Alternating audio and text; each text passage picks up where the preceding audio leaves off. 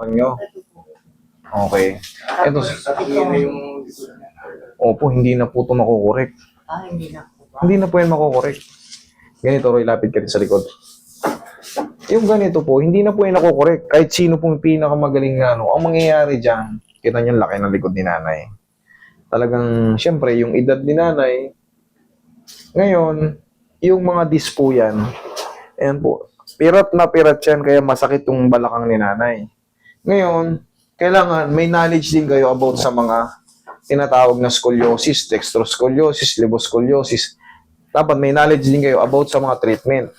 Yung ganito po, sa ganitong edad, hindi na po yan na mababawasan. Iyan na po yan. Hindi na po yan makukorek. Ang tanging na lang ma-adjust dyan, yung ngawit ng balakang ni nanay. Yun po ang totoo. Kahit magpunta kayo sa mga, mag-research din kayo sa mga chiro. Tignan nyo yung mga chiro. Kung may nagagawa pa sila sa ganito. Ang nangyayari dyan, nadidecompress lang po yung compression ng disc. Kaya nare-relief yung pasyente, kumbaga nawawala yung sakit. Pero yan po, yan na po yan lalo. Tsaka hindi na po to advisable ilang taon na kayo, Nay? 84. So, may gulay. 84 na pala si nanay. Muntik na kayong ano, kasi 87 pala yung pinakamatanda rito. Kasi pag pinakamatatanda, kunyari, nalagpasan ni nanay yung 87, pre, yun pong patakaran ko rito. 84 na pala kayo, Nay. Very fragile na kayo. Kumbaga, sobrang brittle na ng buto nyo. Ang gagawin natin, very careful. Kaya siyempre, hindi na kagaya nung ano, mami, dadayain na lang to. Kasi hindi na kayo uubra sa ginagawa kong katulad ng ginagawa ko. Dinidiinan, kinakraking ng malalakas, sinahatak. Hindi na kayo uubra, mami. Kasi itong sa inyo, wala na ano na to si mami. Kumbaga, malutong na malutong to si mami, 84 years old. Tapos, yun nga, yung kondisyon ng likod ni mami, nakaganon, nakabukol yung ano. Roy, pahingin pa, Roy. Pero mami, subukan kong dayain, ha? Pero hindi ka talaga pwede sa kagaya ng method na ginagawa ko, Dad. Aanihin ko lang to. Ganyan na yung katawan ko, baluktot. Maluktot nga ito, laki ng likod nyo rito. Yes. Mababasag kasi yung mga ganito yan. Pag, ayan, yung mga ganito. Mga ganyan. Ayan po, yun, according to MRI, yung pong mga lumbar po yan, discarrel na po yan, nawala. Kaya nga po, mababasag po yan pag pinilit yan palagutukin. Kaya ang gagawin natin dito kay nanay, igaganon ko lang siya, i-squeeze ko lang siya, titignan natin kung mawawala yung kirot. Ganun lang po, pero yung gagawin ko, yung ginagawa ko ng normal sa mga bata, kahit naman hindi bata, pero yung walang scoliosis, bata-bata pa. 84 years old, medyo fragile na talaga, mami. I'm sorry to say, pero sobrang lutong na ng buto nyo. Alam ko naman po yun. Ako naman, try ko lang. Try lang.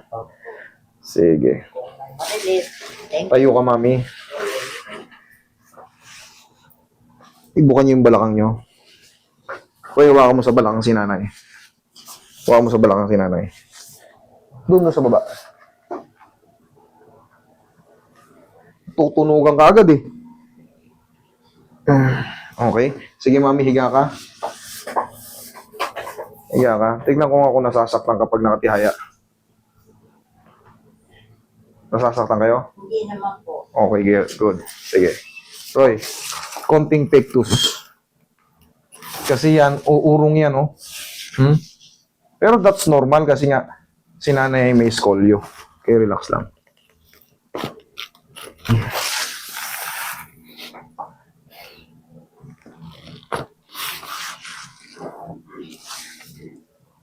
Pantayin na natin.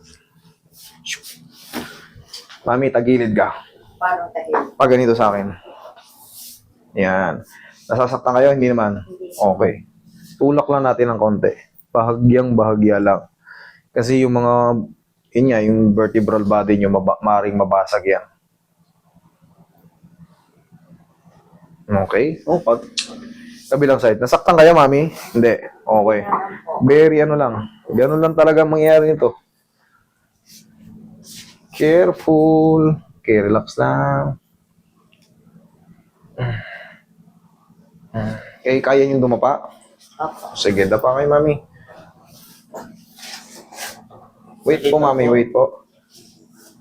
Okay ba? Tapos yung po yung dalawang Roy, very soft lang ang massage kay mami. Soft lang. Dyan, ang lupit nun. Panoorin nyo si Dr. Raj. Isa yan sa mga one of my idol. Bago kayo, siyempre una si Master Chris. Mami, Yeah. upo ka. Hindi ko na kayo attractionin kasi mababasag yung ano mo. Upo ka. Pag ganun, kay sir. Yan. Pag ganun po. Yan, thank you. Si Raj, Dr. Raj Kant. Napakalupit nun. Andito yan sa Pilipinas. Wala po. Nasa ano yun, ibang bansa. Ang sinusundan ko lang doon, yung ano, kumbaga yung technique, maraming technique kasi. Although may alam na tayo, syempre kukuha tayo ng ibang technique. Tapos, yung pamamaraan kung paano mas mapapadali, i-handle yung ano. Ang galing dyan yan, Indian, Chinese, at saka Japanese. Saan bansa po kayo galing? Saudi ako na eh. Sa Saudi. Paano natuto tayo ro ng ganito?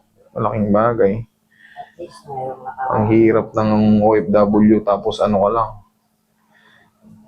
Kumbaga, low class ka lang doon. Kumbaga yung trabaho mo. Labor. O driver ako ron eh. Tapos natuto kayo ng ganito. Nagpaalam ako sa boss ko na mag-aaral ako. Nag-aral po kayo talaga. Aral. Dapat ang pag-aaralan ko talaga AutoCAD. Eh, sa tingin ko mukhang mangangamuhan ako eh. Nagpalit ako. Yung aircon technician. Parang kailangan kong magtayo ng malaking shop. Mamumuhunan. Eto, kamay ko lang puhunan ko. HVAC. Eto na, tsaka oil. Okay na. Mahirap din ang HVAC. Mas marami na aaralin. Kaya nga. Yun naman kasi ang very, kumbaga hindi man, lalo sa mga Arab world, hindi man ang aircon. Mainit. Okay, mami, yan po yung pinakano natin. Tayo nga kayo. Tignan nyo nga kung kumusta yung in-adjust ko dyan sa inyo. Hindi na kasi kayo pwede sa malalakas na Okay. Pero check nyo. Naintindihan ako. Check nyo. Kamusta naman ang adjustment? Lalong sumakit o ano? Hindi po. Anong pakiramdam? Yung kumbaga, pagbangon ko dito, Nakadiretso kayo kagad? Naka-straight ako. Salamat po. Ibig sabihin kahit pa paano may nagbago. Mami, sana all abutin pa ng konti pa. Magkakaroon kayo ng reward. Susunod na taon, may reward na kayo. 85, 90. Ngayon na yun. Ha? Ngayon na yun. Yun. 85 Hindi, po sa yun? July. Kailan kayo 85? Mga si July? Ako na mauna mag-bonus sa inyo. Libre kayo. Yan na yung ko. Talaga po. Unahan ko na yung gobyerno. Okay? Maraming salamat. Advance happy birthday. Sana pa kayo. Ako naman ang susunod. Sige. Babalik. Ayan.